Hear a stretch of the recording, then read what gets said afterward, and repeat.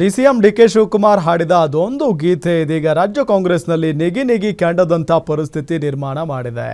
ಸದನದಲ್ಲಿ ನಮಸ್ತೆ ಸದಾ ವತ್ಸಲೆ ಎಂದ ಡಿಕೆಶಿ ವಿರುದ್ಧ ಇದೀಗ ಸ್ವಪಕ್ಷದ ನಾಯಕರೇ ಸಿಡಿದಿದ್ದಾರೆ. ಅಷ್ಟೇ ಅಲ್ಲ, ಕೆಪಿಸಿಸಿ ಅಧ್ಯಕ್ಷರು ಕೂಡಲೇ ಕ್ಷಮೆ ಕೇಳಬೇಕು ಅಂತ ಪಟ್ಟು ಹಿಡಿದಿದ್ದಾರೆ.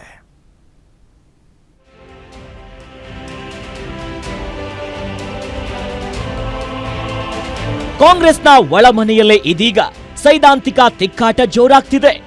ಕೆಪಿಸಿಸಿ ಅಧ್ಯಕ್ಷ ಡಿಸಿಎಂ ಡಿಕೆ ಶಿವಕುಮಾರ್ ನಮಸ್ತೆ ಸದಾ ವತ್ಸಲೆ ಅಂತ ಯಾವಾಗ ಕೈ ಮುಗಿದ್ರು, ಕಾಂಗ್ರೆಸ್ ನಾಯಕರೇ ಡಿಕೆಶಿಯನ್ನ ನೋಡುವ ರೀತಿಯೇ ಬದಲಾಗಿದೆ.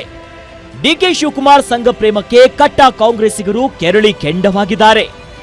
ಆರ್ಎಸ್ಎಸ್ ಕಾಂಗ್ರೆಸ್ನ ಸೈದ್ಧಾಂತಿಕ ವೈರಿ. ಕಟ್ಟರ್ ಕಾಂಗ್ರೆಸ್ಸಿಗರು ಬಿಜೆಪಿಯನ್ನ ವಿರೋಧಿಸುವುದಕ್ಕಿಂತ ಹೆಚ್ಚು ಸಂಘ ಪರಿವಾರವನ್ನ ವಿರೋಧಿಸುತ್ತಾರೆ. ಒಂದೆಜ್ಜೆ ಮುಂದೆ ಹೋಗಿ ಮಾತನಾಡಿರುವ ಎಐಸಿಸಿ ಸಿಡಬ್ಲ್ಯೂಸಿ ಸದಸ್ಯ ಬಿಕೆ ಹರಿಪ್ರಸಾದ್ ಕೆಪಿಸಿಸಿ ಅಧ್ಯಕ್ಷರು ಕ್ಷಮೆ ಕೇಳಬೇಕು ಅಂತ ಕೆಂಡಾಮಂಡಲರಾಗಿದ್ದಾರೆ. ಡಿಕೆ ಶಿವಕುಮಾರ್ ಅವರು ಡೆಪ್ಟಿ ಮುಖ್ಯಮಂತ್ರಿಗಳಾಗಿ ಸಂಘ ಪ್ರಾರ್ಥನೆ ಮಾಡೋದ್ರಲ್ಲಿ ನಮ್ದೇನು ಅಭ್ಯಂತರ ಇಲ್ಲ. ಯಾಕಂದ್ರೆ ಸರ್ಕಾರ ಅಂತಕ್ಕಂಥದ್ದು ಅದು ಒಂದು ಪಕ್ಷದ ಸರ್ಕಾರ ಅಲ್ಲ, ಇಡೀ 7 ಕೋಟಿ ಕರ್ನಾಟಕ ಜನತೆಯ ಸರ್ಕಾರ. ಅದರಲ್ಲಿ ಎಲ್ಲ RSS ಅವರು ಇದ್ದಾರೆ, ಜಮಾತ್ ಇಸ್ಲಾಮಿ ಅವರು ಇದ್ದಾರೆ, ಎಲ್ಲರೂ ಇದ್ದಾರೆ, ತಲೆಮಾನೆಗಳು ಇದ್ದಾರೆ. ಆದರೆ ಕಾಂಗ್ರೆಸ್ ಅಧ್ಯಕ್ಷರಾಗಿ ಅವರು ಆ ರೀತಿ ಹೇಳೋಂಗಿಲ್ಲ. ಅವ್ರು ಕಾಂಗ್ರೆಸ್ ಅಧ್ಯಕ್ಷರಾಗಿ ಹೇಳಿದ್ರೆ ಅವರು ಕ್ಷಮೆ ಕೇಳಬೇಕಾಗುತ್ತೆ. ಯಾಕಂದ್ರೆ ಮಹಾತ್ಮ ಗಾಂಧಿ ಅವ್ರನ್ನ ಕೊಂದಂತ ಸಂಘಟನೆ, ಆ ಸಂಘಟನೆಯ ಪ್ರಾರ್ಥನೆ ಮಾಡ್ತಕ್ಕಂಥದ್ದು ಸರಿಯಲ್ಲ. ಇನ್ನು ಡಿಕೆ ಶಿವಕುಮಾರ್ ಹಲವಾರು ವರ್ಷಗಳಿಂದ ಸಾಫ್ಟ್ ಹಿಂದುತ್ವ ಕಾರ್ಡ್ ಅನ್ನ ಬಳಸ್ತಾ ಇರುವುದು ವಾಸ್ತವದ ಸಂಗತಿ. ಸಿದ್ದರಾಮಯ್ಯ ಹೇಗೆ ಅಹಿಂದ ಚಾರ್ಮ್ ಇಟ್ಟುಕೊಂಡೇ ರಾಜಕೀಯ ತಂತ್ರಗಾರಿಕೆ ಹೆಣೆಯುತ್ತಾರೋ, ಹಾಗೇನೆ ಡಿಕೆಶಿ ಸಾಫ್ಟ್ ಹಿಂದುತ್ವವನ್ನ ಎಲ್ಲಿ ಬೇಕೋ ಅಲ್ಲಲ್ಲಿ ಬಳಸಿದ್ದಾರೆ. ಕಳೆದ ಕೆಲ ವರ್ಷಗಳಿಂದ ಡಿಕೆಶಿ ಬಳಸುತ್ತಿರುವ ಈ ಸ್ಟ್ರಾಟಜಿ ಡಿಕೆಯನ್ನ ಸೆಕ್ಯುಲರ್ ಪಾರ್ಟಿ ಕಾಂಗ್ರೆಸ್ನ ಒಳಗಿರುವ ಹಿಂದೂ ನಾಯಕನಾಗಿ ರೂಪಿಸುತ್ತಿದೆ. ಅಲ್ಲದೆ ಗೊತ್ತಿದ್ದು ಡಿಕೆಶಿ ಸಾಫ್ಟ್ ಹಿಂದುತ್ವವನ್ನ ಬಳಸಿರುವ ಉದಾಹರಣೆಗಳೇನು ಅನ್ನೋದನ್ನ ನೋಡೋದಾದ್ರೆ, ಡಿಕೆಶಿ ಸಾಫ್ಟ್ ಹಿಂದುತ್ವ. ಖರ್ಗೆ ವಿರೋಧಿಸಿದ್ದ ಕುಂಭಮೇಳದಲ್ಲಿ 6 ಬಾರಿ ಮುಳುಗೆದ್ದಿದ್ದ ಡಿಕೆಶಿ. ಅಮಿತ್ ಶಾ ಜೊತೆಗೆ ಸದ್ಗುರು ಕಾರ್ಯಕ್ರಮದಲ್ಲಿ ಡಿಕೆಶಿ ಭಾಗಿ. ದೇವಸ್ಥಾನ ಮಠ ಮಂದಿರಗಳಲ್ಲಿ ಅತಿ ಹೆಚ್ಚಿನ ಹೋಮ ಹವನ.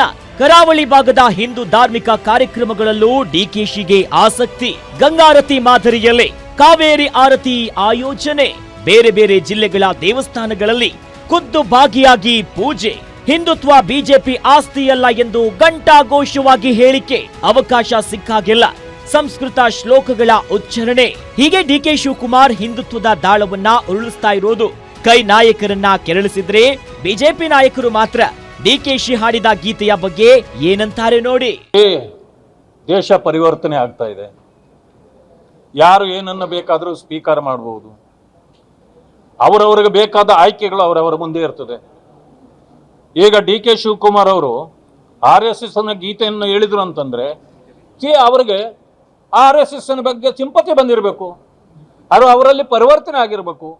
ಬಹಳ ಕೆಲವರು ನಾನು ನೋಡಿದೆ, RSS ನ ಗಾಳಿಯೂ ನಮಗೆ ಸೋಕಬಾರದು ಅಂತಕ್ಕಂಥ ಮಾತನ್ನ ಕೆಲವರು ಹೇಳಿರೋದು ನೋಡಿದೆ. RSS ಇವತ್ತು ವ್ಯಾಪಿಸ್ಕೊಂಡಿದೆ.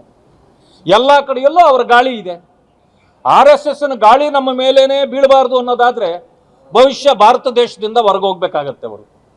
ಕಾಂಗ್ರೆಸ್ನ ಒಳಮನೆಯಲ್ಲಿ ಇದೀಗ ಸಂಘ ಗೀತೆಯದ್ದೇ ತಿಕ್ಕಾಟ ನಡೆಯುತ್ತಿದೆ. ಡಿಕೆ ಶಿವಕುಮಾರ್ ಹೈಕಮಾಂಡ್ ಮಟ್ಟದಲ್ಲೂ ಒಂದು ಹಂತಕ್ಕೆ ಹೋಗಿ ಇಮೇಜ್ ಬೆಳೆಸಿಕೊಂಡಿರೋದ್ರಿಂದ ಡಿಕೆಶಿ ಈ ವಿರೋಧವನ್ನು ಜೀರ್ಣಿಸಿಕೊಳ್ಳಬಹುದು. ಆದರೆ ಡಿಕೆಶಿ ಹಾಡಿದ ಗೀತೆ ಹೈಕಮಾಂಡ್ಗೂ ಪರೋಕ್ಷ ಸಂದೇಶವ ಅನ್ನೋದು ಮುಂದಿನ ದಿನಗಳಲ್ಲಿ ಗೊತ್ತಾಗಬಹುದು. ವೀರೇಶ್ ದಾನಿ, political bureau, guarantee news, Bengaluru.